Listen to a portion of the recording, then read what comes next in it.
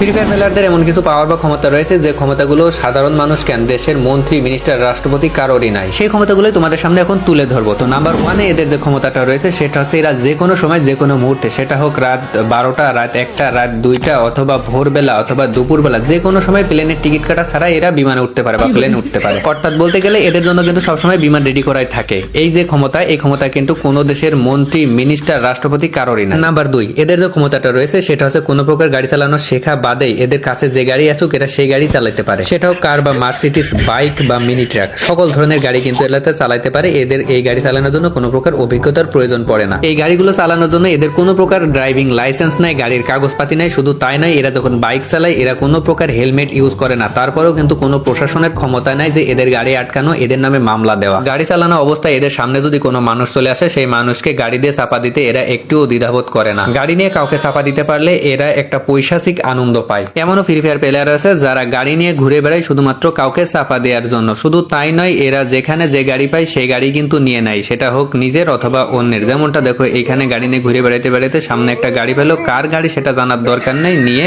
ভাগলো। এখানে যে ড্রাইভার গুলো আছে সবগুলো ড্রাইভারই কিন্তু একরকম, মেন রোড বাদ দিয়ে সাইড রোড দিয়ে যেখান সেখান দিয়ে গাড়ি চালায়। এরা কখনোই মেন রোডে গাড়ি চালায় না, কারণ এরা খুব সাহসী। তাছাড়া প্রশাসনের কোনো ভয় পায় না, গাড়ির কোনো ক্ষয়ক্ষতির ভয় পায় না। এরা যেদিক সেদিক দিয়ে গাড়ি চালায়, যেখানে সেখানে গাড়ি দিয়ে মেরে দেয়। তারপরেও এদের ভিতরে কোনো ভয় নাই। নাম্বার 3, এদের যে ক্ষমতাটা রয়েছে সেটা হচ্ছে এরা প্রকাশ্যে ঘাড়ে অথবা হাতে অস্ত্র নিয়ে ঘোরে। আবার সেই অস্ত্র দিয়ে সামনে যাকে পায় তাকেই কিন্তু মারে। যেমন দেখো, নিচে একটা সাধারণ মানুষ রয়েছে আর এই ব্যক্তিটা উপর থেকে কিভাবে ওই সাধারণ মানুষটাকে মেরে দিল। এদের ভিতরে কোনো মায়া মমতা বলতে কিছুই নেই। এত কিছু করার পরেও যে সরকার এদের বিরুদ্ধে কোনো ব্যবস্থা নেবে, কিন্তু তা করে না। সরকারও এদের দেখে ভয় পায়। আর প্রশাসনের কথা কি বলবো, প্রশাসন এই চোখ বুঝে থাকে সবকিছু দেখার পরেও। সাধারণ যেসব মানুষ আছে তারা কিন্তু মারামারি দেখলে ভয় পায়, কিন্তু ফ্রি ফায়ার প্লেয়াররা কখনোই মারামারি দেখে ভয় পায় না। এরা আরো তাকে থাকে যে কোথায় মারামারি হচ্ছে। যদি মারামারি দেখে তাইলে এরা তার ভিতরে চলে যায়, যাওয়ার পরে ওই যে মারামারি করছে তাদেরকে ধরে মারে। যেমনটা দেখো, উপরে কিছু ব্যক্তি মারামারি করছিল, এই বেচারা বুঝতে পেরে গাড়ি নিয়ে যাচ্ছিল, গাড়ি থেকে নেমে পড়েছে। নামার পরে এর ঘাট থেকে বন্দুকটা হাতে নেয়, নেওয়ার পরে ওই যে মারামারি করতেছে তাদের ধরে মারা শুরু করে।